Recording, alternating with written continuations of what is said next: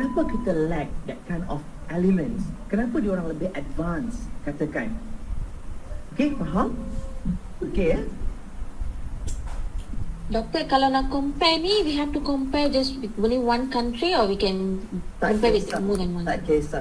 The idea is, okay, assignment tersebut saya buat open, current trend. Nak compare curriculum ke, nak compare apa sekalipun, is up to you. Tak ada siapa pun yang compare novel value, moral value antara dua negara. Okay, cuba you compare. Compare bukan compare sahaja, and terbitkan isu di situ. Apa isu sebenarnya yang terjadi? Okay, that's itu yang saya nak tengok sekarang ni. Faham? Sebab kita adalah under isu-isu contemporary, masa kini, the current issue. Faham Okay Okay, any question? Ada apa-apa lagi kak?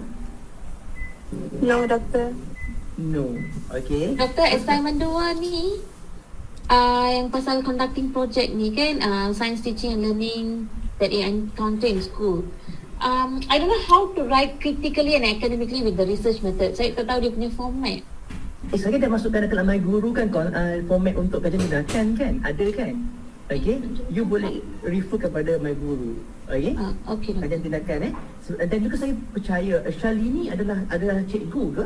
Ya, betul. Yes. Okay, cikgu semua ni telah didedahkan dengan kajian tindakan. Saya percaya. Okay, Shalini dia mengajar di mana? Perak ke? Selangor. Kalau di Perak, Dr. Najihah, kawan saya, dia adalah JPM Perak dan juga dia memang in charge tentang kajian tindakan. Okay? Memang kebanyakan cikgu telah didedahkan yang kajian tindakan. Okay? Sebenarnya saya dah conduct this subjek dalam 4 semester. Okay, before this, kita nak belajar untuk buat satu mini research berkaitan dengan isu-isu contemporary yang berlaku. Jadi sekarang ni saya nampak untuk kebanyakan daripada awak adalah guru. Jadi saya lebih orang kata lebih elok kalau kita buat kajian tindakan, lebih sesuai kalau kita gunakan kajian tindakan approach. That's why saya gunakan assignment 2 ni sebagai kajian tindakan. Okay, tapi don't worry, kalau awak bukan guru sekalipun, is okay. Okay, maybe awak ada kawan-kawan awak lecturer di universiti ke. Awak ingat SSP 60104 bukan untuk di sekolah sahaja di universiti pun okay Okay, as long as it's science education. Okay, faham Okay, so any question? Ada apa lagi tak? Okay, tak ada apa-apa Okay, so sekarang ni saya tengok semalam, saya a bit confused. Okay, semalam berkenaan dengan assignment ke anda, ya. Okay, jadi sekarang ni saya percaya bahawa awak semua dah settle. Okay, that kind of issue, betul ke? Semua sekali dah dapat team, ya. Okay, dan juga dah dapat giliran dan juga dah dapat isu-isu yang awak cuba kupaskan, ya. Okay, jadi sekarang ni boleh tak kalau kita teruskan dengan kita punya presentation? Is it okay for all of you? Okay ke? Okay ke grup untuk grup student centered learning? Okay tak? Kami bersedia, Doktor. Okay, dah bersedia. Okay, you boleh proceed. Okay, rubrik semua saya dah bagi dekat dalam My Guru. Saya akan nilai awak berdasarkan rubrik tersebut. Okay. Okay, boleh proceed? Boleh proceed? Azhan standby ya. Buka kamera. Okey. Buka kamera. Oh, jap.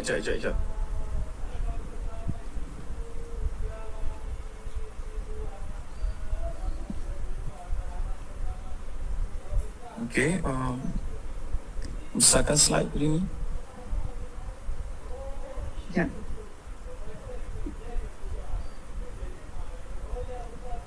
Ya. Doktor perlu on kamera ke tak, Doktor? Kalau boleh on kalau boleh yang presenter. You pakai baju tidak formal. Perlu tukar ke ataupun boleh macam ni?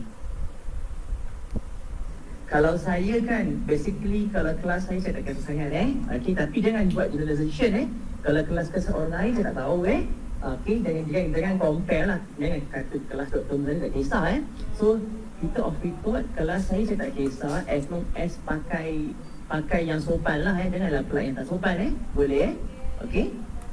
Okay, sekejap.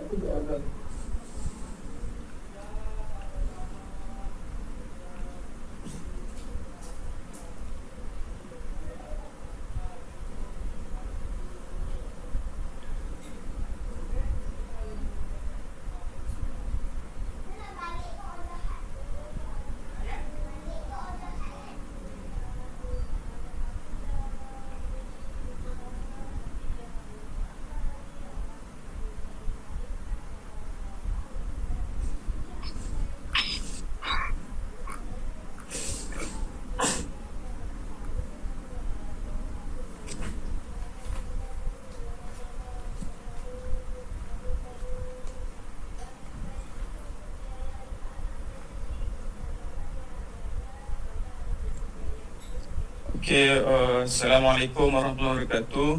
Salam sejahtera and very good afternoon to Doctor and my fellow friends.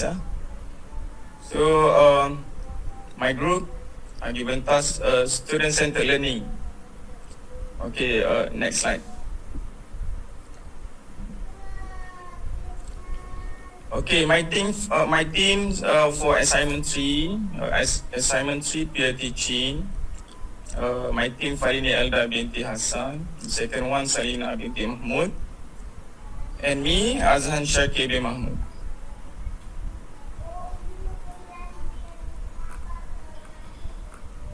Okay, before I start my presentation, I will start with the question. I want to ask you all, who did most of the talking in the classroom? Try to recall your experiences in school. Anyone? Normally, cikgu-cikgu. Biasanya cikgu-cikgu lah, kan? Volunteer lagi, ada yang nak beri respon lagi? Cikgu-cikgu. Cikgu-cikgu okey. Kebanyakan cikgu-cikgu dululah, okey. Tapi sekarang, okey, next slide. Okay, what is the teacher or what is the student? So you all ask the teacher. So for many years, the teacher most did most in the classroom. So student mostly sit and watch the teacher. Okay, so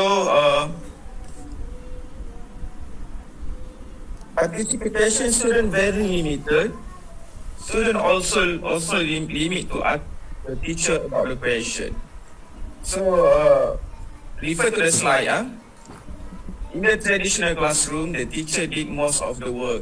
Teacher designed lesson, teacher assign readings, teacher paid tests, teacher give lecture, also assign homework, evaluate student, and assign grades. Then, because of that, students, next slide, feel so boring. Student feel so boring because of that. Teacher, I think 90 to 100%, 90% to 100%, talk and talk in the class. Okay. Next slide. So now, we are 21st century approaching to teaching and learning. They almost changed the situation between teacher and students. So I refer to Hargreaves 2003. The Hargreaves said, today students are expected to be equipped with skill and ability that enable students to think analytically and critically, to solve authentic problems, reflect on what they know, work in collaboration with other students, and monitor their own learning. So I also, next slide. So you all may ask me, what is student-centered learning? So I define in two ways. The first, personalized learning. In personalized learning, we can classify and recognize student-centered learning by our student. For what? To increase opportunity to decide two things. What they learn and how they learn it. The second one, student decision making. This learning approach differ from the traditional classroom instruction. Traditional classroom instruction known as a teacher-centered learning. What's differ? Because the student-centered learning put a firm focus on student decision making as a guiding force in the learning process. Okay, that's student-centered learning. So saya juga ambil from Atak, Dilario, Given, and Santa 2010 and Chang 2004. What they say, student-centered learning requires employee methods that increase awareness of what is done and why it is done, foster higher order skills, activate prior knowledge and experience, develop independent learning skills, provide a multiple representation of the content and encourage students to take responsibility for their own learning. Okay, next slide. So, why is student-centered learning important? Semua bercakap berkenaan student-centered learning. Kenapa dia penting? Why is student-centered learning important? The first one, student-centered learning helps students learn how to set and achieve their personal educational goal. Set and achieve their personal goals. The second one, student-centered learning giving students enough room to fail. Once they fail, they learn from their mistake. Okay, the third one, helping students develop their critical thinking and self-reflection skill. And the last one, student-centered learning, giving students the space to act as their advocates in learning process. Okay, next slide. Okay, can you all list what is characteristic, what is kind, the types of student-centered learning? Anyone? Teacher only will be the facilitator. Teacher only will be facilitator. Okay, can be accepted. Ada respon lain? Macam AK21. You can respond in BM also can. There will be group work in a team. Group work in the team, monitor by teacher. Okay, good. Neil, right? Okay. Lagi? Ada yang nak volunteer untuk respon? Ada kolaborasi antara pelajar. Kolaborasi antara pelajar. Okey, kolaborasi antara pelajar saya setuju. Tadi kita baru bincang interdependent. Sebenarnya guru perlu wujudkan interdependent antara pelajar. Kalau tak pelajar dalam grup tu dia diam saja tau. Dia diam saja. Jadi benda interdependent dalam grup itu penting. Okey, bagus Tio. Yang lain respon dari grup saya juga boleh respon dari grup saya. Okey, boleh saya dulu. Okey, boleh. Dan student-centered learning ni flexible learning, iaitu dalam pelbagai situasi kita boleh menggunakan pelbagai metod. Contohnya dalam pembelajaran boleh menggunakan problem based learning, inquiry method dan lain-lain gitu. Okey, betul. IBSE ya. Banyak metod dia boleh guna sebenarnya. Macam sekolah saya, I respond in Malay, okey ya. Macam sekolah saya batch pertama Trust School.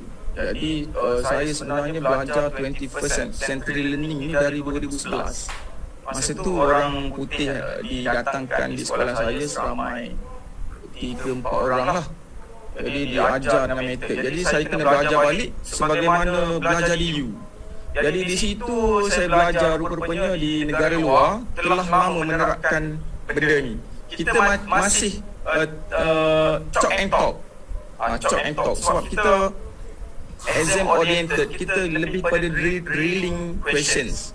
Jadi apabila diperkenalkan dengan 21st century learning, jadi banyak juga yang saya belajar. Antaranya yang saya tengok yang paling bagus kan, student create their own success criteria.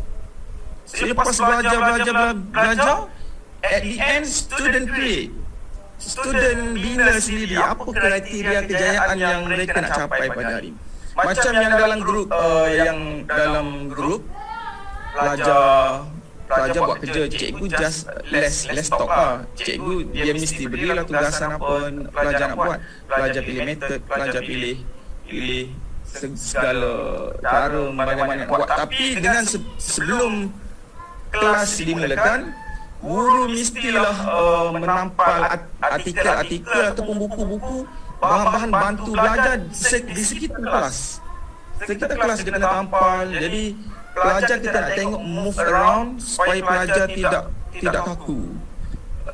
Selain daripada itu, lepas tu tas dia lain-lain tau. Dia bukan tas tu semua grup tu sama. Jadi tas lain, grup A lain, grup B lain, grup C lain.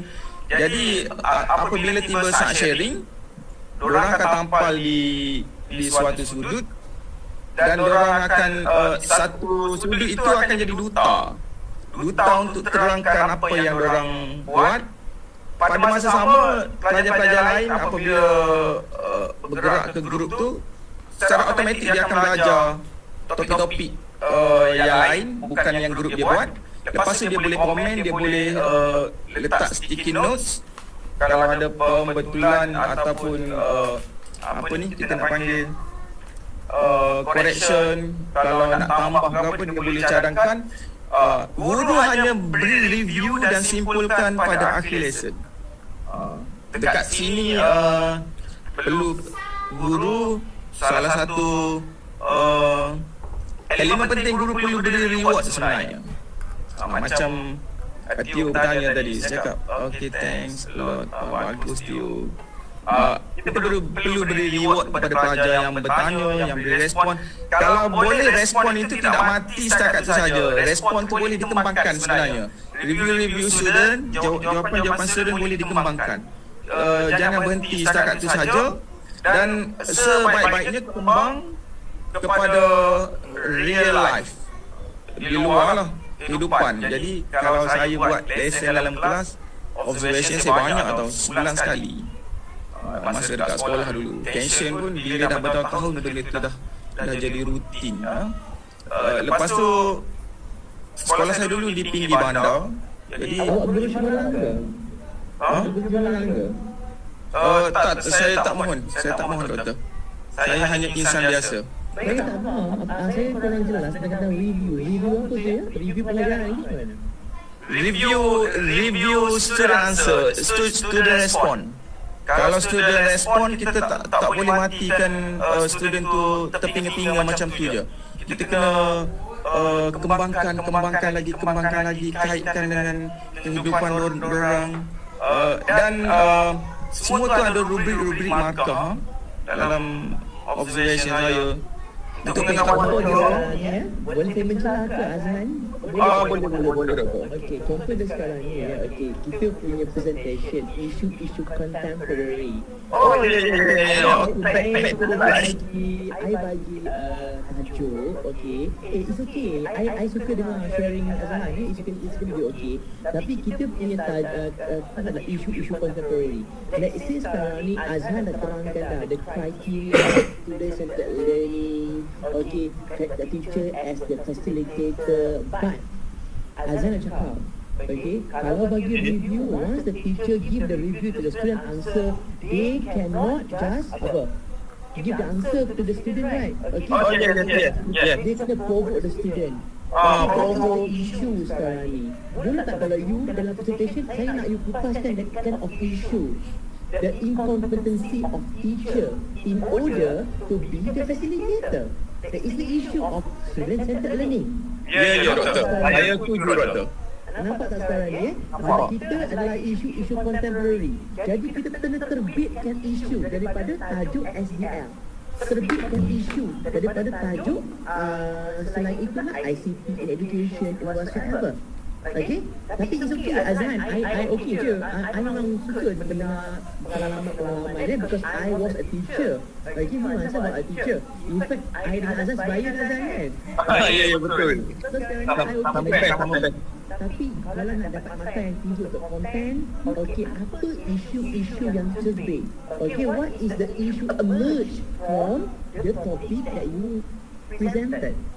Faham tak sekarang ni? Okay tak semua sekali? Faham Okay, let's say sekarang ni Azhan mengatakan tentang the incompetency of teacher in order to provoke the students, right? Okay, boleh tak terang lebih detail? What is the issue underlying that kind of that situation? Isu yang paling besar adalah bila guru itu dia tak mainkan peranan yang sewajarnya. Guru dia tidak ada follow through question. Guru tak gain knowledge students. Guru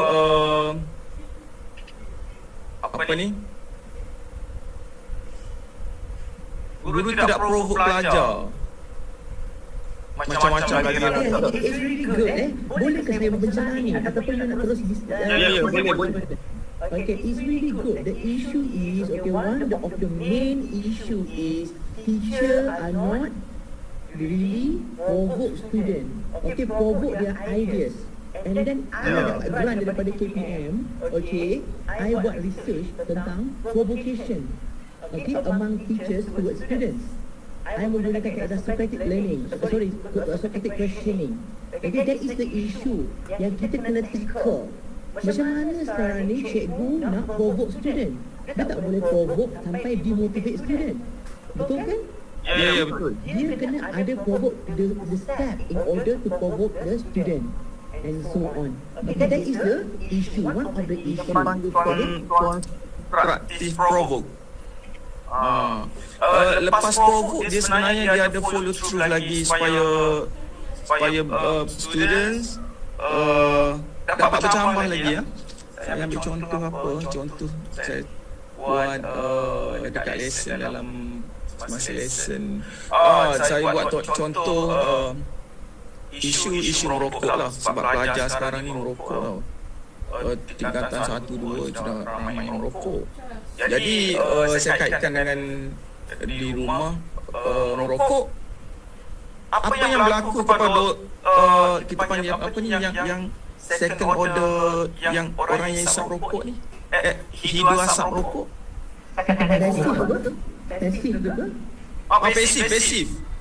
Pasif smoker. Jadi apa yang berlaku? Rasa-rasanya lepas tu pelajar ni dia buat dia mungkin dengan dia ada baca ke apa, dia respon, pelajar lain pun respon, pelajar lain respon.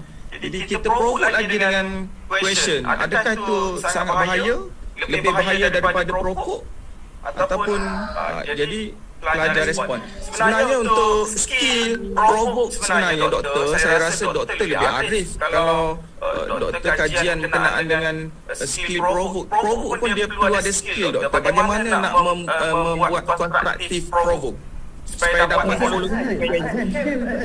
Okay, what is a skill? You experience teacher kan Azhan? Ya. Skill dia tak, kalau provoke skill dia tak mati kat situ je tau. Dia boleh follow through lagi. Follow through. Sebenarnya kita sudah tahu answer dia. Cuma kita nak tengok pengalaman student. Sebenarnya kita nak student aktif dalam kelas. Student share dia punya experiences berkenaan dengan ni. Sebab kehidupan saya kebanyakan di Terengganu, Penang tidak sama dengan di Sarawak. Sarawak kalau doktor tengok rokok dia murah doktor. RM1.50 sudah boleh beli sekotak. 10 sen sebatang dijual. Jadi kalau rokok seluduk di tempat kita ni RM7 ke RM8 tau. Dekat sana RM1.50. Jadi saya bawa isu rokok, saya gain student knowledge, provoke them, constructive provoke, supaya learning process tu dia jadi happening. Macam tu Doktor. Okay, can we back to slide Doktor? Okay, ada yang sudah respon. Okay, here I list, saya senaraikan sedikit student learning center. Students can construct knowledge. Students are freely move around classroom. Students also self-assess. Among students, yang ni apabila dia nilai, sebenarnya kita beri peluang untuk rakan-rakan mereka menilai dulu dalam grup. Lepas tu grup yang lain bertukar pandangan. Kita hanya mencelah saja. Lepas tu student-centered learning, we will able students to integrate learning to solve real problem in daily life. Student also active involvement. Kalau sebelum ni teacher centered learning, student mungkin 10%. Tapi kalau student centered learning mungkin involvement tu saya rasalah sepanjang 10 tahun saya buat, dari 2011 dalam 9 tahun, hampir 90% ke 95%. Jarang sangat student. Semua student, kalau 4 student in one group, semua ada task masing-masing. Jadi almost 90% active involvement among students. Okay, students also are free to select material, their own material, based on preference.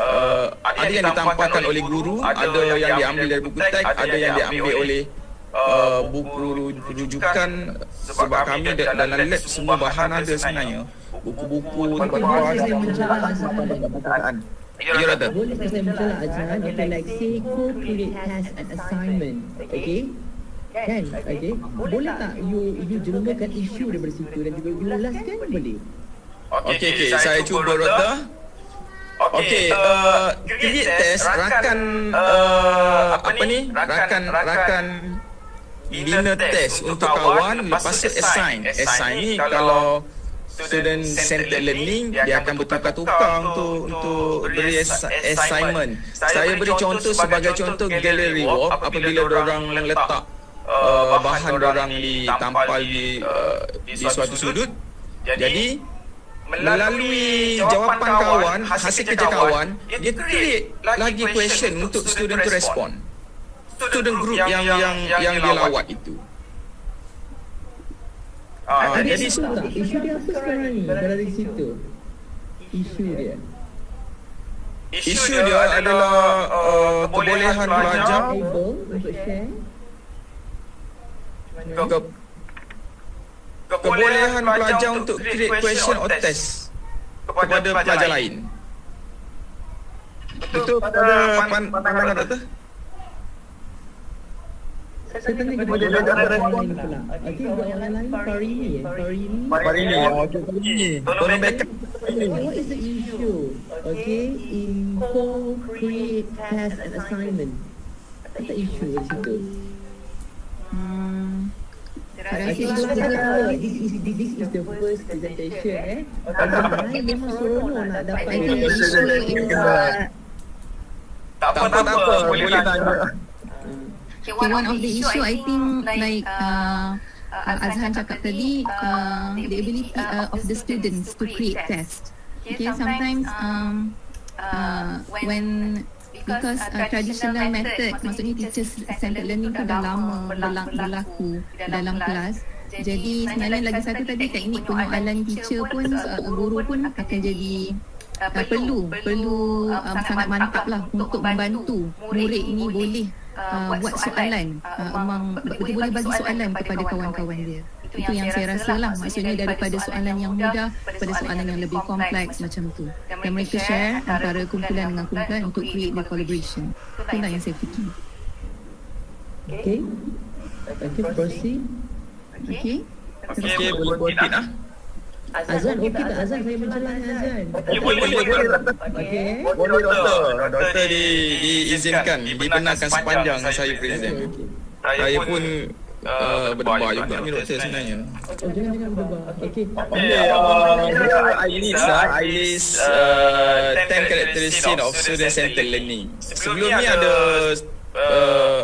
apa ni, kita punya college share tadi ada 3 kan. Sebenarnya saya dah share tadi 8. Yang ini karakteristik ciri-ciri saya share 10.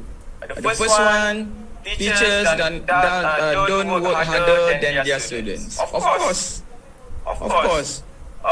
Saya sebenarnya apabila diperkenalkan, apabila mahir, saya sangat suka dengan student centered learning. Kita hanya perhatikan budak, kita hanya tengok berita budak pelajar buat, kita observe mereka. Kalau boleh kita, yang saya pernah ditegur dulu, dia cakap, Azhan, kalau duduk dekat grup tu, kamu perlu dengar discussion antara student. Ambil information daripada tu. Sebenarnya dengar student discussion juga salah satu penilaian yang guru boleh buat sebenarnya. Okay, the second one is students learn from their classmates. Student can learn from their classmate. Certainly the teacher has the expertise and can share higher knowledge, can share his knowledge or her knowledge. But teacher also can learn from the student as well. Macam yang saya beritahu tadi, kalau kita duduk di tepi pelajar tu kan, kita dengar dia bincang. Salah satu penilaian, saya pernah ditanya, Azhar, macam mana kamu nak menilai pelajar? Saya cakap lah, menilai pelajar daripada hasil grup yang diorang buat masa kita round kan. Salah satu yang paling penting adalah apabila kita dengar, kita dengar diorang berbincang antara diorang tu. Dari situ juga kita boleh belajar. Mungkin di luar konteks kita boleh belajar benda yang baru sebenarnya. Okay, teacher also can learn from their students. Okay, the third one. Okay, the third characteristic, the student learn more by experiences and active involvement. Teacher encourage student, natural curiosity as students ask questions to complete the assignment. Teacher kena beri semangat sebenarnya. Sebenarnya kena beri semangat tanpa putus asa. Saya beritahu juga kepada student, ini bukan berkenaan dengan apa tu, sains apa ni doktor. Berkenaan dengan speaking. Berkenaan dengan speaking. Saya beritahu kepada pelajar berkenaan dengan ni, student kena speaking, kena pandai speaking. Cabaran di luar sangat besar. Here I always encourage them to speak in English, ya. Okay, itu dari segi speaking. Dari segi benda lain, belajar dari segi tugasan dalam grup, during lesson, student-centered learning, teacher always encourage student and student ask question. Ada kolaborasi antara guru dan pelajar. Tapi question yang perlu ditanya, saya juga ada belajar doktor, cara kita nak menanya question. Question, open question, close question. Kalau open question dia macam kebab tu, suruh cadangkan, suruh apa, biar pelajar. Kalau close question, answer dia yes or no. Yes or no. Jadi kalau boleh kita elakkan close question. Kita mesti tanya open question to students.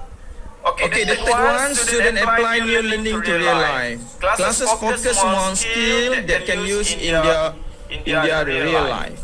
Classes that not have real life application hardly ever motivate students to engage in meaningful learning.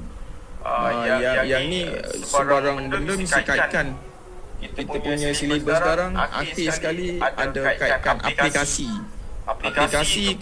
dengan macam dalam mat. Doktor, saya pernah tanya pensyarah saya dekat masa U dulu. Doktor, kita belajar ni doktor, buat graf itu ini masa kerja kita guna ke tak ni doktor? Saya ada tanya. Doktor cakap, Azhan, you tak boleh, kita ada ajar di sekolah ke tak ni doktor, dengan graf kan mat kita belajar di peringkat U kan level tinggi. Kita perlu ajar di sekolah ke tak ni doktor? Kan kita ajar di sekolah level dia kan lebih rendah lagi. Doktor cakap, Azhan, you jangan fikir you nak ajar di sekolah, you kena fikir you nak ajar di peringkat yang lebih tinggi. Macam tu.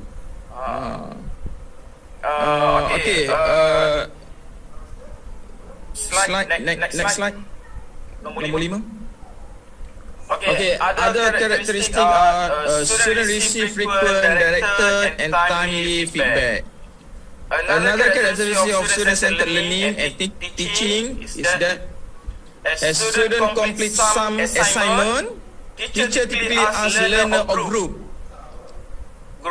among themselves to talk and compare their result with peers. Yang ni yang saya terangkan tadi ya. Kalau boleh cikgu tanya dulu question tu pada kawan grup lain, suruh dorang respon dulu sebelum guru respon sebenarnya. Itu lebih mencambahkan, menggalakkan pelajar untuk respon. Sebenarnya pelajar ni kita kena galakkan. Dalam kelas, semasa observation, saya observation sebulan sekali selama 9 tahun. Setiap lesson observation saya perlu sediakan snack, gula-gula. Kita nak beri reward. Kalau tak beri reward, pelajar dia malu-malu kan. Kena beri reward namanya pada pelajar. Reward salah satu elemen penting. Sanction dengan reward. Reward perlu. Budak respon beri. Grup yang menang beri. This number 6, students are encouraged to explain material to themselves and others. If students are creative enough, they can think about ways to introduce a topic that involve the student in the process. Number 7. Next slide, Rini. Students regularly engage in communication. Students need to communicate with each other. That's why this approach to teaching bring more benefit to student-centered construction. Teacher-centered construction. Students can introduce a topic, receive feedback from others, and complete assignment collaboratively. Number 8, students know what they are learning and why. Teachers who have adopted a learner-centered approach take what they expect their learners to accomplish by the end of the class and make sure they give the instruction about behavior and dynamic he or she expect to see in the class. Macam saya salah satu markah tinggi dalam observation saya, student kena create success criteria. Barulah pelajar ni tahu, lepas tu kita boleh modify balik lah, beritahu kalau macam ni boleh tak, kalau macam ni boleh tak. Jadi kita beri peluang dulu pelajar bentuk success criteria on their own. Number 9, student use personalized technology to produce. Student learn by doing so technology, especially mobile phone and tablet, which are easier to handle and use than computer, can really boost engagement and motivation. Dalam kelas saya kan dia tak pernah bawa telefon, jadi saya show guna laptop je lah. Tapi ni antara karakteristik dia. The last one, a higher degree of engagement. Students stand up and talking to others to complete some assignment, create more opportunity to talk and learn from others. Ini antara karakteristik. Jadi slide yang berikutnya akan disambungkan oleh kawan saya, Doktor. Rakan-rakan lain ada soalan nak tanya? Hi, Tengah hari, Azhan, I have a question. Yes. Okay. Tadi kan Cikgu Azhan ada beritahu yang student will learn more by experience and active involvement kan? Ya, betul. Okay. By my experience, masa practical dulu, I did give different tasks to every group. Like for example, group A different task, group B different task, group C different task. Therefore, same goes to different tasks for group D. So with different experiences for each task, maksudnya setiap group tu kan dia different task, maksudnya dia ada different experience yang mereka input dia kan. So lesson dia be more effective ataupun sebaliknya, sebab lepas pempasaran lepas the lesson I give them quizzes, therefore the like for example the group in B, they cannot answer the question the one that they didn't experience for group A, like that. Oh ya dok. Okey. Maknanya gallery walk masa round tu dia tidak study dengan betul. Macam saya buat saya buat 8 group. Mirror dengan pengetahuan doktor. Saya buat 8 group. Saya divide student satu group, dua group. Saya cakap group A itu ada 2, A1, A2, B1, B2, B3, C1, C2. Jadi saya tengok yang ability yang bagus, sebab salah satu kriteria untuk penilaian dia adalah differentiation. Different task, satu differentiation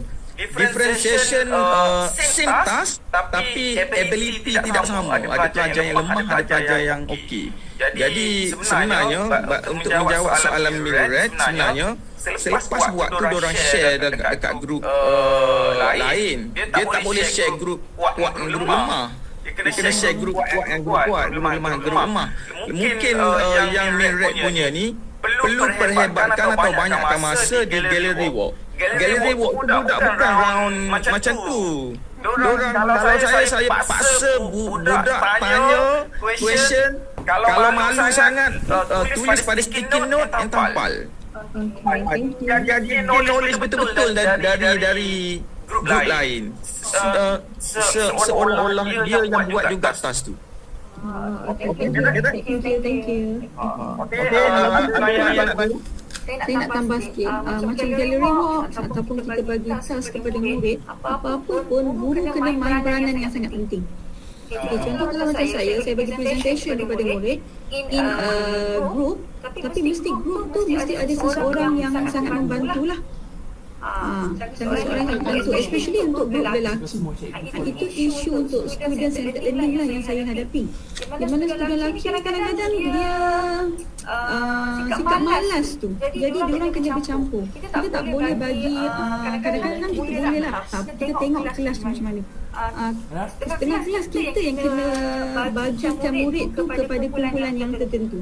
And then sebelum presentation, mereka perlu berjumpa dengan saya dahulu supaya saya tahu isi konten yang diorang nak deliver tu betul. Kadang-kadang bila dia nak deliver tu, isu yang dia nak bangkitkan tu semua dah ada dalam buku dah, yang mana murid sendiri boleh baca. So sekarang kita nak kembangkan dia punya idea tu. So sebelum mereka present, kena jumpa guru. So guru memang kena jadi facilitator yang sangat bagus. Kalau tidak nanti akan jadi di mana murid dalam kumpulan tu ada yang bekerja, ada yang tidak bekerja. Itulah pandangan antara isu. Saya nak tambah sikit Saya nak tambah sikit. Dulu high expectation sebenarnya. Saya dengan pelajar di Malayan high expectation. Sebab di Sarawak ni dia lain sikit. Tapi kebanyakan lesson observation saya kebanyakan on the spot. Saya tak rancang dengan pelajar. Saya tak, orang panggil apa? Berlakon apa? Rehearsal kan? Saya tak ni. Kebanyakan on the spot. Kalau kita rehearsal ataupun berlakon, dia tak jadi betul-betul tau. Kalau happening pelajar tu dia tak jadi betul-betul. Dia on the spot juga. Lepas tu yang Salina respon bagus kenaan dengan tu. Mungkin Salina boleh pilih yang masa gallery walk tu kan. Duta tu dia kena pilih betul. Duta tu yang boleh menjawab question. Janganlah orang datang tanya dia tak boleh jawab question. Duta tu kena pilih betul. Duta yang stay dekat dia tas tu. Okey, lepas tu kenaan dengan apa? Atas yang kalau tak nak, kalau in case ada pelajar yang tak buat kerja dalam grup, kita mesti design untuk 4 orang buat kerja. Kalau 4 group, 4 student in one group, design yang 4 task in one group. Barulah kesemua pelajar tu ada kerja. Okey, ada soalan lagi? Tak ada. Okey, kalau tak ada, rakan saya, my teammates akan continue. Okey, terima kasih Doktor.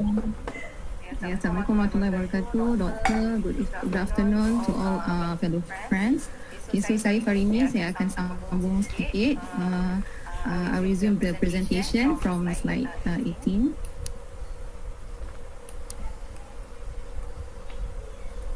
Okay, so the benefits of student-centered classroom. Students tend to be more interested in learning when they can interact with one another and participate actively in their own education. So education becomes a more shared experience between the instructor and the students, and between the students themselves. Members of the class learn to work independently and to interact with others as part of the learning process, and students build both collaboration and communication skills. Okay, yang ini pun adalah prinsip di dalam 21st century learning. Okay, ada 4K and 1. Okay, so this is the framework. Okay, actually the most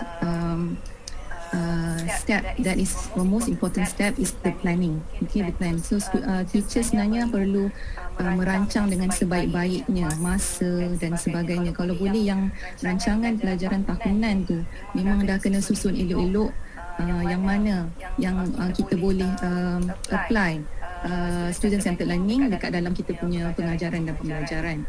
Okay. So teaching and learning, engaging students with connected tools to help them reach maximum potential.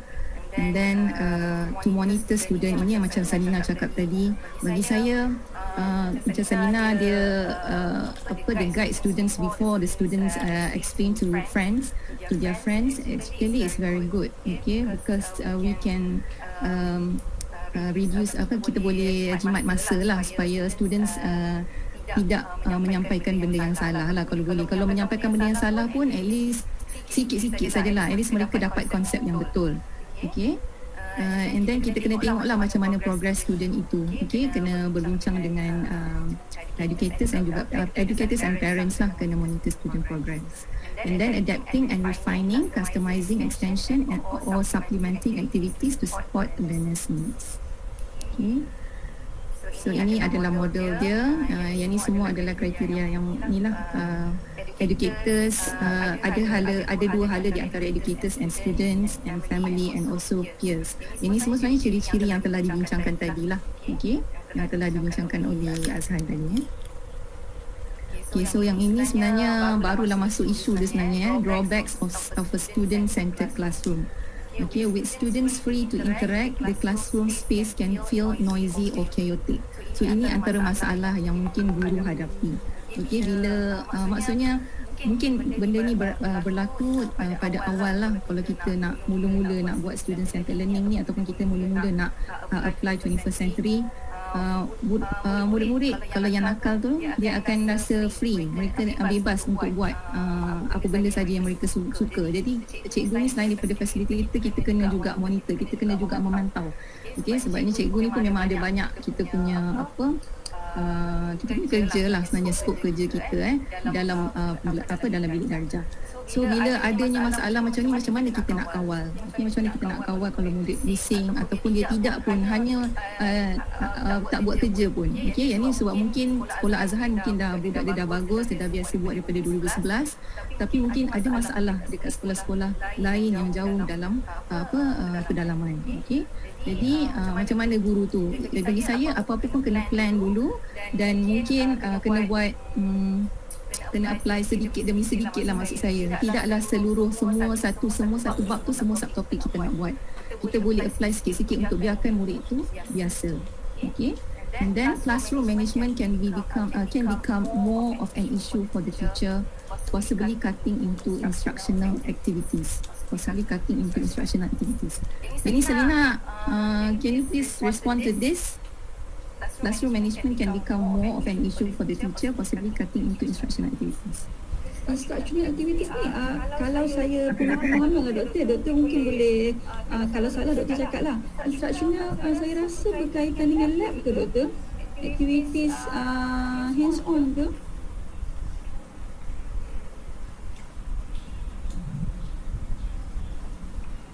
Doktor tak dengar. Doktor mute. Doktor mute. Okay, sorry. Okay. Jadi sekarang ni possibly cutting into instructional activity maksud dia apa sekarang ni? Adakah awak nak bagi pelajar kepada kumpulan-kumpulan kecil untuk lebih manageable? Itu termasuk dia. Okay, yes. Dia kena dalam kumpulan kecil, especially kalau kita nak conduct eksperimen di makmal. And then yang terbaiknya adalah kita bagi tahu murid besok kita nak buat eksperimen apa, make sure mereka faham prosedur. Sebab kadang-kadang murid datang ke kelas, ke makmal seronok tapi baca sahaja. Mereka hanya membaca tapi dia orang tak tahu flow of the procedure. So ambil barang karang bunyi petang. Dan masa lambat, keputusan pun tak dapat. So yang terbaiknya untuk student centered learning ni bagi saya adalah size of the group mesti kecil. Dan guru mesti conduct dahulu. Dia kena bagi tahu apa dan apa yang dia nak sebenarnya learning outcome di akhir kelas itu. Itu yang sangat penting. Kalau berjaya memang sangat bagus. Okay. Thank you. Okay, kita teruskan. Okay, number 3, with less focus on lectures ataupun teaching, there can be a concern that some students may miss important information. So ini mungkin yang Mildred utarakan tadilah. Okay, dia cakap kalau buat pembelajaran terbeza, differentiate learning macam tu, kemungkinan ada murid yang tidak dapat apa konsep yang kita, apa benda pembelajaran yang kita nak share pada hari itu. Kadang-kadang mereka dapat daripada kawan-kawan, daripada sharing among students, among groups. Okay?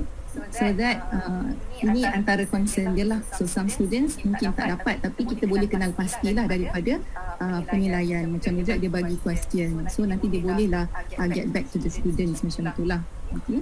And then number 4, though collaboration is considered beneficial, this approach may not feel ideal for students who prefer to work alone. So ada juga murid yang suka bersendirian dalam melakukan kerja. Tetapi benda ni pun kita boleh encourage sebenarnya, kita boleh tolong mereka, support mereka untuk bekerja secara collaboration. Tetapi sebenarnya dekat sekolah saya, murid dah biasa sangatlah, dah biasa bekerja dalam kumpulan dan sharing info ataupun apa hasil dapatan, findings among groups. Okay, maksudnya ada komunikasi dan juga ada kolaborasi di situ. Okay. Okay, so ini adalah challenges of SCL. So student-centered learning is one of the principle in the planning process and implementation of 21st century learning. So tadi pun ramai yang bagi tahu memang ada kena-mengena. Dia adalah salah satu prinsip dalam 21st century learning. So teachers are facing problems in implementing 21st century learning because there are a lot of skills that need to be applied in short period of teaching and learning session. So pada mula-mula kita berjumpa dengan 21st century, kita ada macam-macam aplikasi, maksudnya macam skills, kemahiran yang perlu kita fahami. Lepas tu ada pula teknik-teknik dan juga tools dalam century skills ni yang perlu kita dalami. Yang ni apa benda, ini apa benda. Sebenarnya kita dah lakukan benda tu, tapi dia cuma bagi branding dan juga penamaan baru sahaja. Tapi kita nak apply banyak-banyak skill itu memerlukan masa. So, sampai boleh tambah hari ni? Ya, boleh, silakan. Untuk isu ni, pihak kami dulu sekolah kami untuk pengetahuan semua lah. Memang isu ni timbul sebenarnya. Kalau masa 30 minit, 40 minit, macam mana nak buat? Jadi perbincangan di peringkat sekolah, untuk kami period 1 hour. 1 hour sangat sesuai untuk buat. Memang kalau setengah jam memang payah nak terap, sebab dia ciri dia sampai 2-13 ciri nak masuk dalam tu. Jadi pengurusan masa tu mungkin boleh isu yang timbul ni boleh selesaikan di peringkat sekolah dengan memanjangkan period, kena ubah jadual waktu 1 jam 1 period. Just share pengalaman. Okay, seterusnya exam oriented. Maksudnya kita masih lagi berasaskan peperiksaan. So there's a lot of syllabus that needs to be completed by teachers because students need to sit for their examination. So ini pun berkaitan juga dengan masa lah. Okay, macam tu. So kita sibuk nak habiskan exam, belum lagi dengan program-program yang sentiasa berterusan di sekolah daripada awal tahun hingga akhir tahun. Berbagai-bagai benda sistem yang perlu kita masukkan. Bukan sahaja dalam kurikulum, juga co-curriculum. So semua itu sebenarnya adalah challenges untuk menjalankan SEL dengan berkesan. Okay?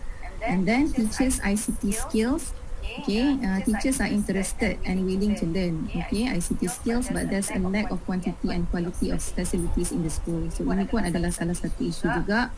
Kalau macam kita nak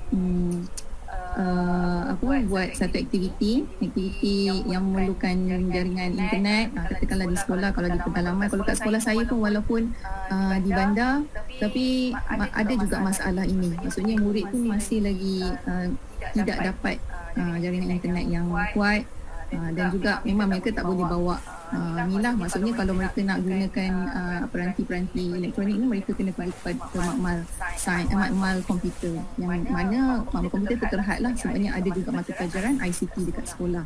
So yang teachers ni, mereka memang berminat nak belajar. Kebanyakannya berminat juga nak belajar. Ada juga yang memang tak nak belajar ICT skills. Sebab kebanyakan 21st century skills ni, kalau kita tengok sekarang ni, kita boleh selain buat benda tu benda maujud, maksudnya kita buat aktiviti tu macam galeri walk, kita boleh guna bahan-bahan bermantu mengajar yang lain, tapi ICT pun perlu jugalah diterapkan. Tapi ini adalah isu yang berlaku lah kalau kita nak terapkan ICT skills ni. Okay, ada apa-apa respon ke? Nak habis dah kot slide ni. Yes, saya just nak tanya kawan-kawan, just nak minta pandangan lah. Student centered learning ni bagus ke kepada murid yang tak pasif lah. Macam mana cara? Sebab saya ada student yang sangat pasif, kadang-kadang nak bercakap pun macam ada belian kat dalam mulut. Macam mana kita nak bagi dia? Sebab budak yang tak suka bercakap ni memang susah untuk bersama dalam grup. Memang kadang-kadang memang tak bagi langsung input, dan mungkin mereka akan terkapai-kapai tak malas dah. Boleh saya respon lah. Okey, isu yang dijelaskan oleh Rini itu dah banyak. Untuk soal tadi saya respon, sebenarnya untuk mengatasi pelajar-pelajar pasif ni, sebenarnya kita perlu budayakan 21st century dekat sekolah. Saya masa 2011, 2-3 tahun selepas tu kan, saya rasa mustahil. Tapi lama kelamaan 4 tahun, 5 tahun, saya tengok tidak ada yang mustahil, nothing impossible.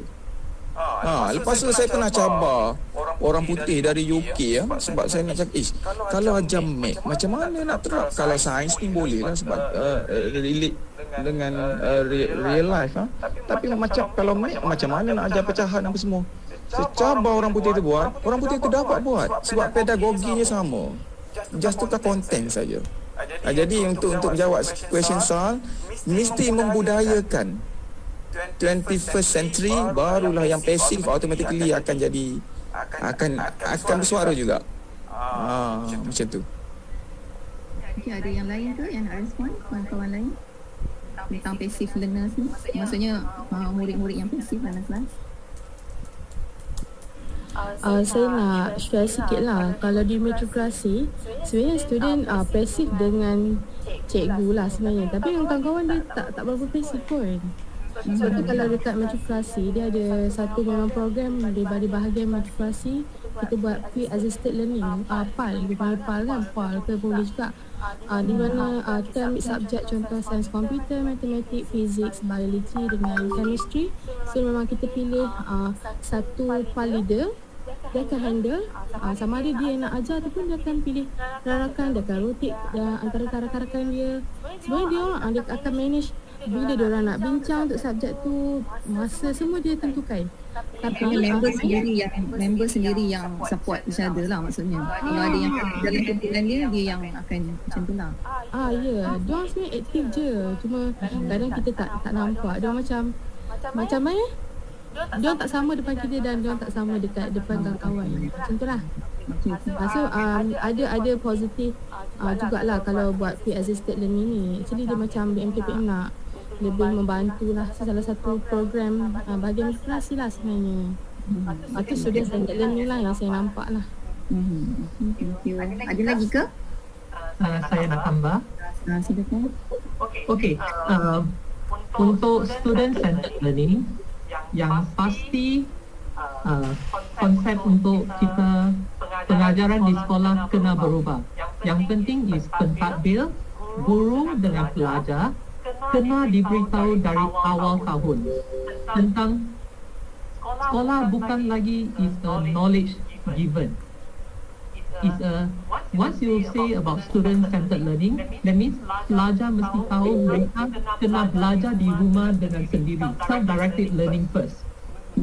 The concept kena on student centered learning semua termasuk pentadbir, guru, ibu bapa, mereka kita kena ubah dari kepontong lama bahawa belajar di sekolah. Actually mereka kena belajar di rumah sendiri dulu bersama rakan or whatever. Then di sekolah we do the activities. We do all the activities. It's not like macam flip classroom tu boleh di-apply lah dekat sini. Murid dah tidur dulu. The issue now is ramai lagi, especially pelajar dengan ibu bapa, they kurang faham what is student centered learning actually. Sorry ganggu. Saya setuju dengan Tio sebab I sekarang ni kerja dekat private school.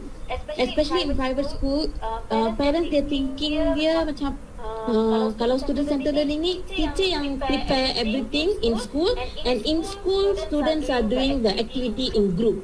That's what their knowledge about student centered learning. They didn't know that students must prepare themselves at home. They have to gain the knowledge first by themselves and then share that with their peers or friends in the school. That is actually the true.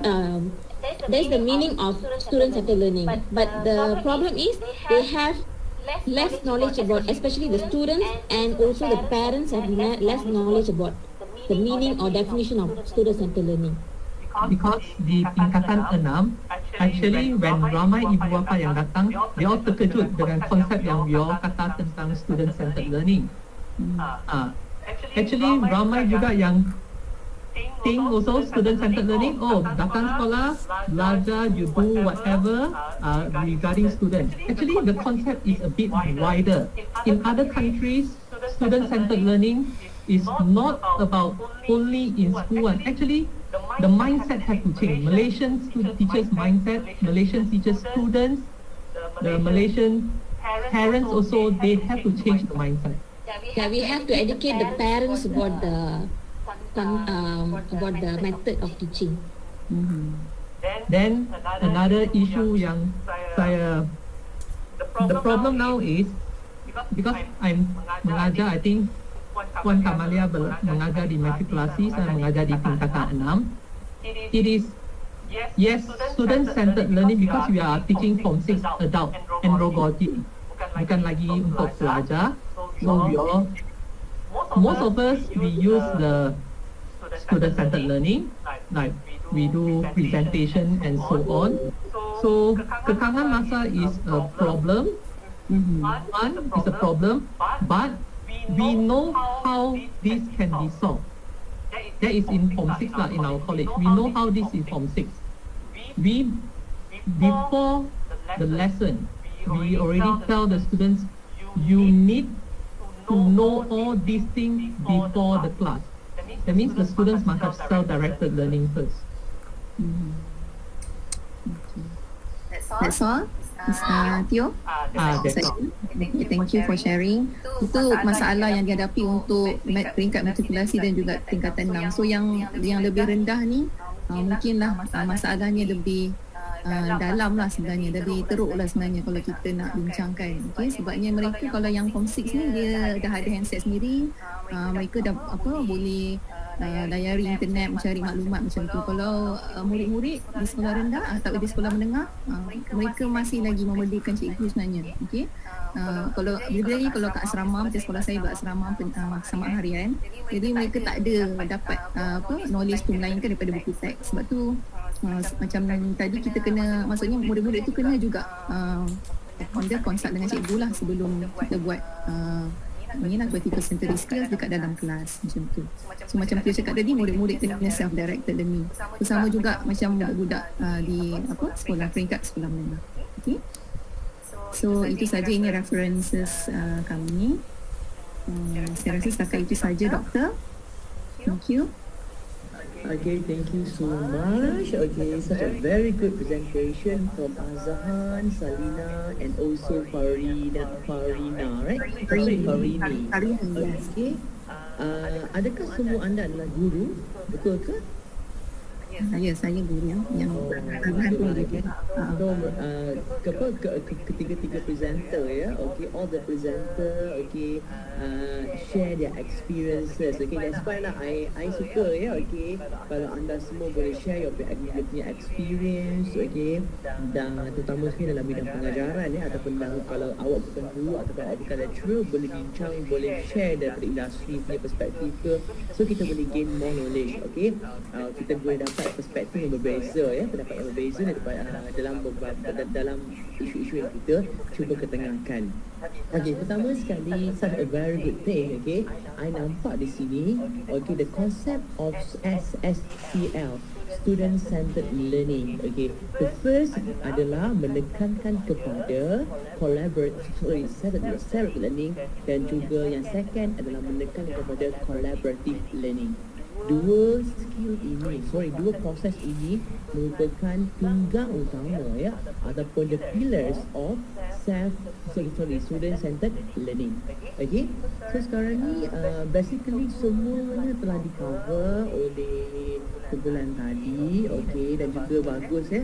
Sebenarnya it is good thing, okay, untuk awak cakap tentang characteristic, cakap tentang function, okay, and at the same time tolong highlightkan lebih lagi tentang isu-isu, okay, isu-isu, dan juga maybe awak boleh share tentang kajian-kajian yang telah dijalankan untuk mengatasi isu-isu yang awak ketengahkan. Lagi since kita punya subjek ni dah tentang isu-isu kan, jadi sekarang ni kita kena tahu isu dan macam mana kita nak tahu the alternative untuk kita tackle that issue.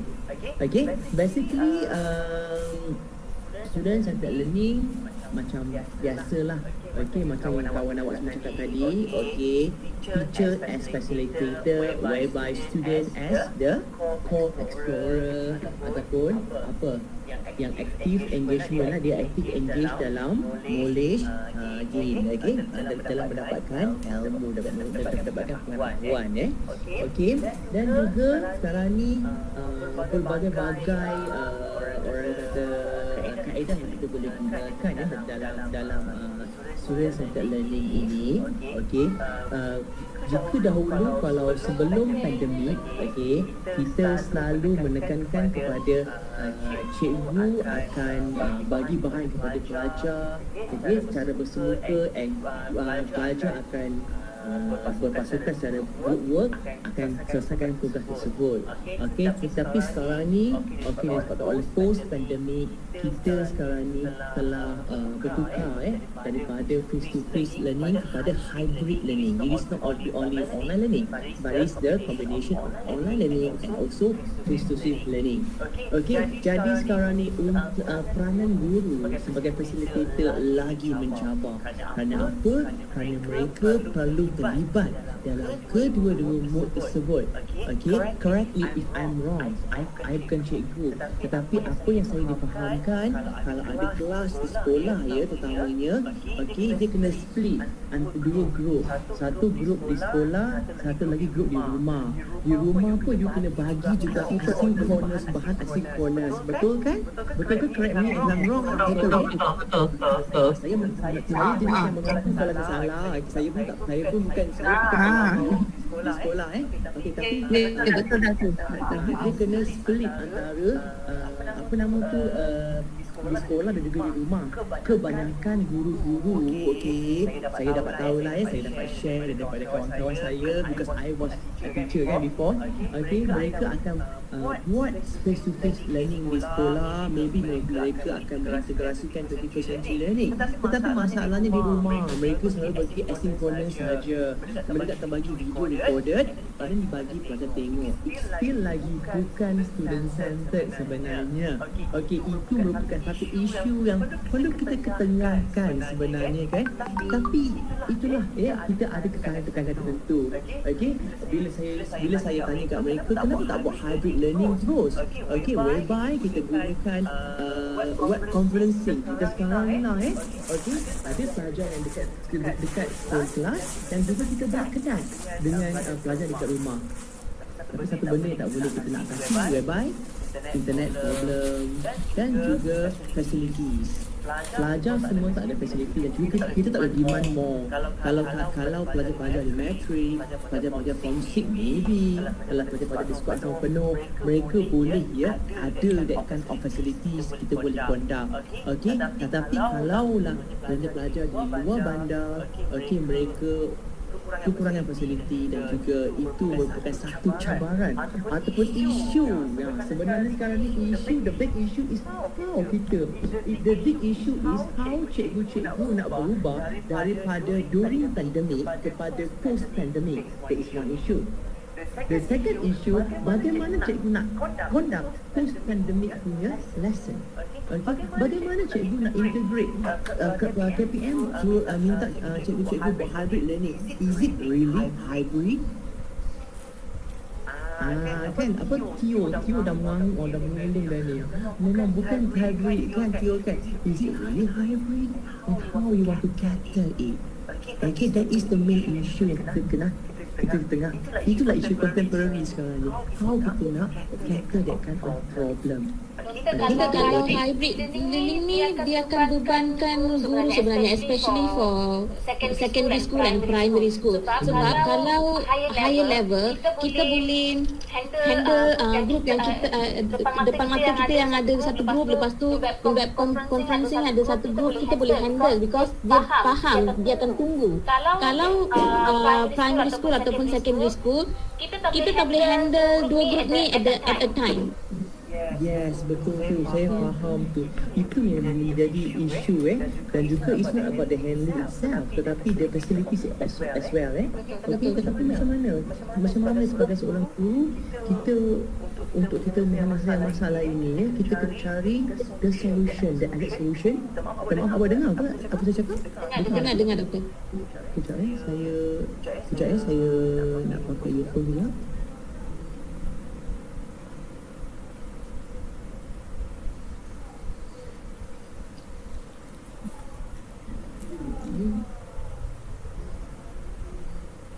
Tak dengar doktor.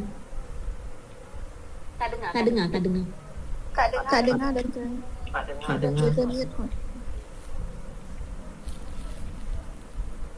Kak earphone dia belum connect lagi. Tak dengar. Dengar.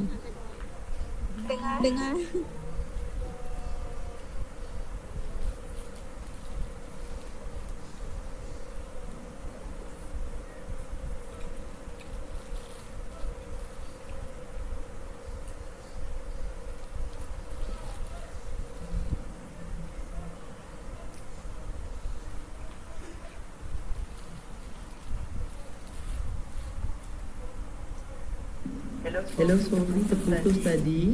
Okey. Dengar ke? Tak dengar lagi. Dengar doktor. sorry okey, jadi kita ada masalah tentang bukan kita ada masalah isu kita kebangkitkan itu adalah post pandemic, right? Okey, macam mana kita nak mengekalkan student centered learning, the distribution of student centered learning to post pandemic. Okay, so maybe lah kot nanti okay, saya nak letaklah siapa share pandangan mereka, bagaimana dia orang conduct dia orang kelas mereka punya kelas, okay, how they conduct dia punya hybrid punya kelas, how they define what is hybrid learning. Okay, maybe Tio dia boleh share dengan kita experience, okay, and then siapa lagi, Nazira, maybe Lina maybe boleh share dia punya experience tentang hybrid learning, how you want to conduct hybrid learning, at the same time you are but at the same time ensuring that there is student-centered learning occur in the class. Okay, that's good. Okay, so sekarang ni saya ada tak apa-apa lagi soalan tentang student-centered learning? Ini adalah basic isu yang broad issue. That's why saya bawakan isu ini kepada minggu pertama kita discussion. Okay, ada tak apa-apa lagi yang soalan tentang student-centered learning? Kita akan teruskan kepada presentation yang kedua. Kalau tak ada apa-apa. Any question? Cuma doktor nak tanya, cuma isu sekarang student centered learning, student pun dekat rumah kan. So macam peer assisted learning ni, cuma kita memang beri kepercayaan yang sangat tak tahulah 200% kot dekat student untuk handle. So doktor ada cadangan tak bila dah pandemik ni kan, student dekat rumah masing-masing, kita pun buat online learning, so macam mana dia nak laksanakan student centered learning? Okay, saya tak pasti macam mana peer assisted learning itu Maybe adakah anda menggunakan, adakah cikgu Kamilia ada gunakan journal reflection ke kepada pelajar? Mereka kena catatkan apa yang mereka buat dalam sehari tersebut. Adakah macam tu? Ya, setiap diorang dah siap tu, diorang kena isi Google Form dan hantar bukti lah yang diorang adakan online meeting tu. Online meeting tu okey. Kalau dari segi saya lah tapi saya pun ada buat kajian tentang online learning punya facilitation okey, kebanyakan cikgu dia pertama sekali cikgu akan gunakan forum online untuk conduct pelajar, okey, untuk facilitate pelajar. Yang kedua, cikgu akan gunakan journal reflection journal reflection, cikgu akan minta pelajar untuk reflect back apa yang mereka dah buat. Okay, and at the same time cikgu tu kena alert lah, kena baca journal reflection tu, and then sekiranya ada pelajar-pelajar yang kata tak dapat mengikuti ataupun ada pelajar-pelajar yang ada masalah tertentu, jadi cikgu tu kena trace the student, the particular student, and consult mereka. Okay, saya rasa itu yang terbaik lah kalau kita gunakan learning management system lah yang ada journal online, ada forum online dan sebagainya. Okay, cikgu Kamilia di Matric cikgu Kamilia Ya, saya kat Matric. Adakah Matric menggunakan any macam learning management system ke?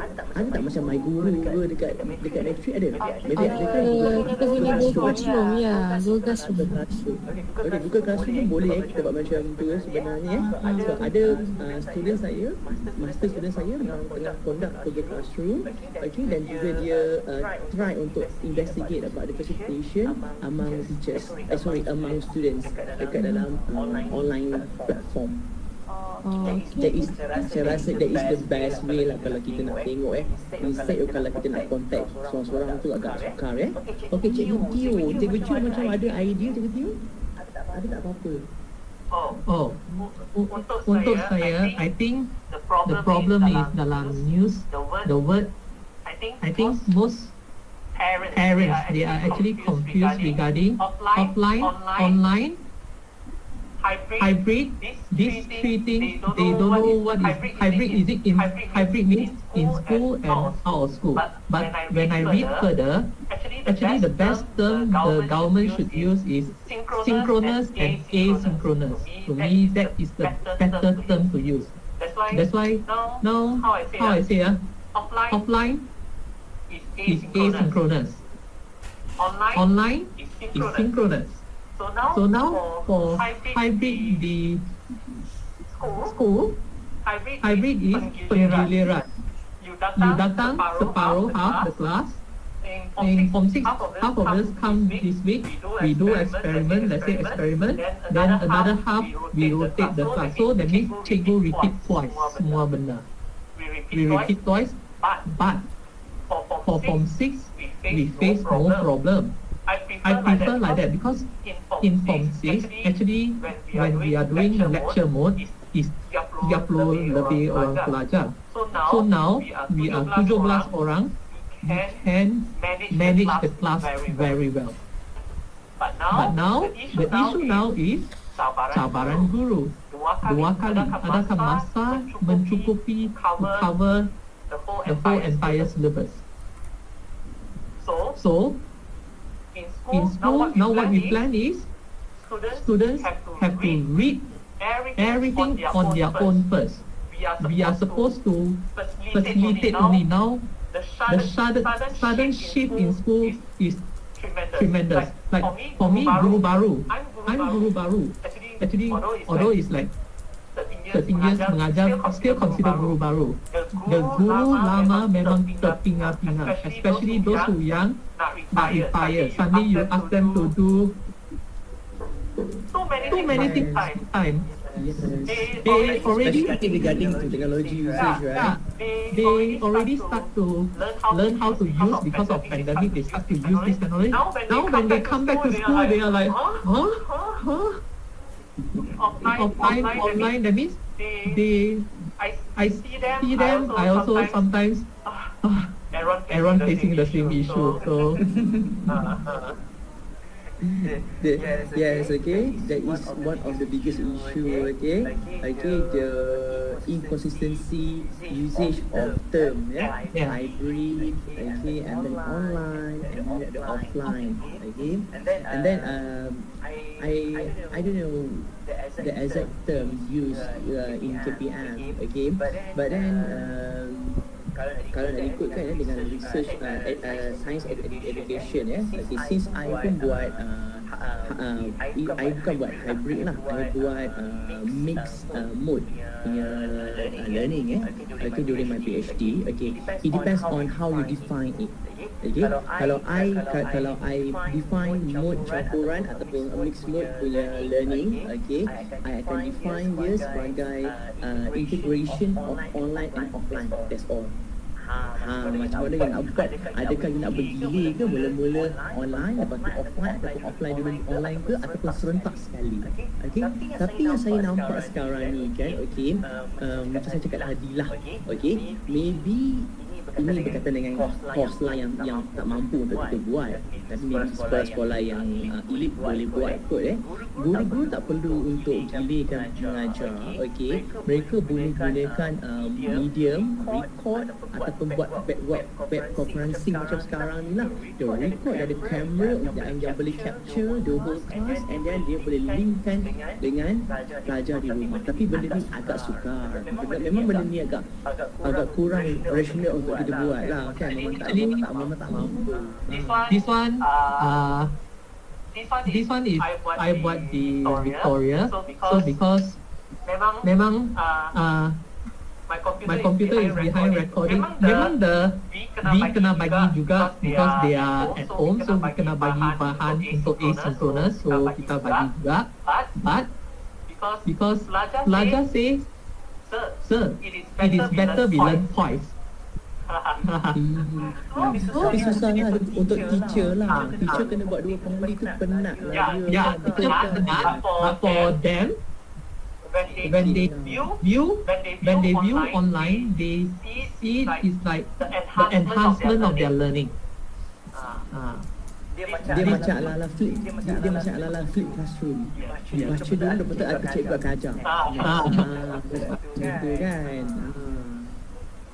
Okay, ini good thing okay. Orang kata good issue untuk kita ketengahkan di situ.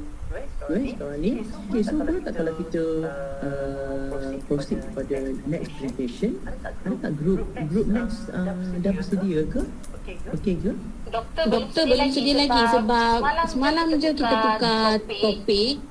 So saya dengan Tio satu group, lagi seorang tu Jayanti, saya tak tahu mana dia dah drop subjek ke, tak tahu tu. So kita dua je sekarang.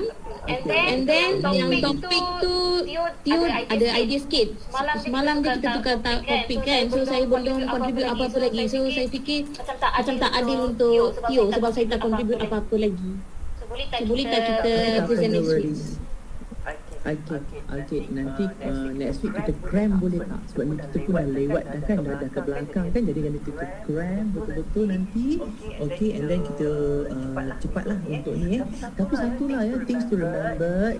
Kita punya kelas ada tentang isu contemporary. Jadi tolong tengahkan isu. Okay, what is the factor of the issue and how you want to handle the issue. What is the alternative toward the issue. Okay, bolehlah tentang the konsep tu memang boleh lah. Mula-mula kita terangkan konsep dulu, okay. Dan juga kalau boleh lah kan, okay, since presentation ni banyak percentage dia, okay, jadi sekarang ni maybe you will share, okay, from the previous research apa yang mereka dah buat tentang how to counter attack the issue, okay.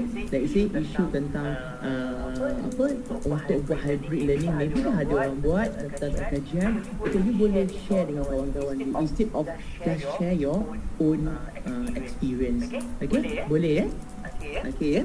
So sekarang ni since group 3 pun tak ready lagi, jadi maybe kita akan tangguhkan kelas kita cepat pada hari ini ya. Okay, so sekarang ni just a reminder for you. Okay, so sekarang ni saya dah bagi semua sekali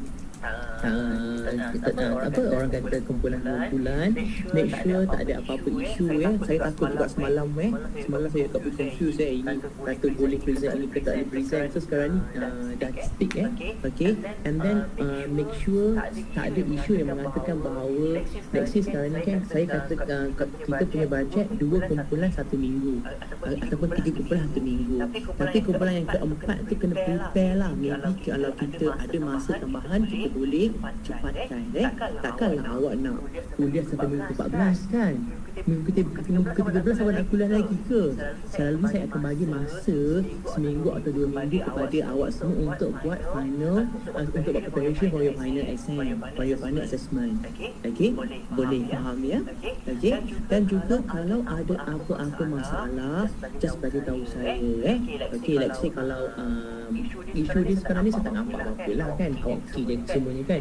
Let's say kalau ada apa masalah just bagi tahu saya je. Okay, janganlah kau boleh komplain ke apa ke, saya tak nak macam tu Okay, just bagi tahu saya ataupun macam mana nak cakap let's say kawan-kawan awak tak boleh bagi bersama dalam kumpulan ke.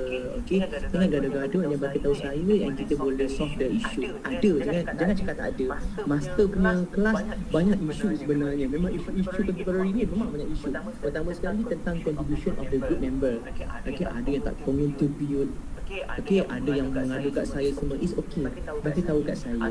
Ataupun awak nak menggunakan bahasa Inggeris sepenuhnya tu, bagi tahu saya. Dan jangan jadikan ini sebagai isu. Apa benda yang kita boleh discuss, kita discuss. Faham ya? Okay. Thank you so much. Okay, itu saja. Selamat bercuti. Selamat sebelum bercuti. Selamat berhujung minggu. Okay, bye. Thank you, Doktor. Terima kasih doktor. Thank you.